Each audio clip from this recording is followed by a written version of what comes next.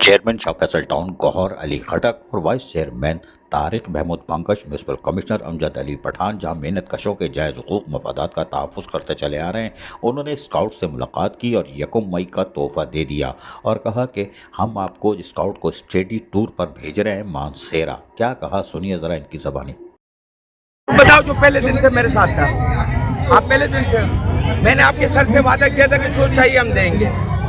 یہ آپ کے سر کڑے ہیں، انہوں نے جب جو چیز مانگی میں نے دی۔ پرسوں انہوں نے کہا کہ ہم جا رہے ہیں پنجاب اسکاؤٹ مقابلوں میں شرکت کرنے کے لیے مانسیرا کے۔ میں نے کہا کیا چاہیے، کہ اتنے پیسے چاہیے۔ پیسے میں نے ان کو دے دیے، آپ لوگ جائیں انجوائے کریں اور وہاں شاہ فیصل ٹاؤن کا اور کراچی کا نام روشن کریں۔ جو بھی آپ کو چاہیے میں پرووائڈ کروں گا۔ صحیح جی، کوئی مسئلہ مسائل تو نہیں ہے۔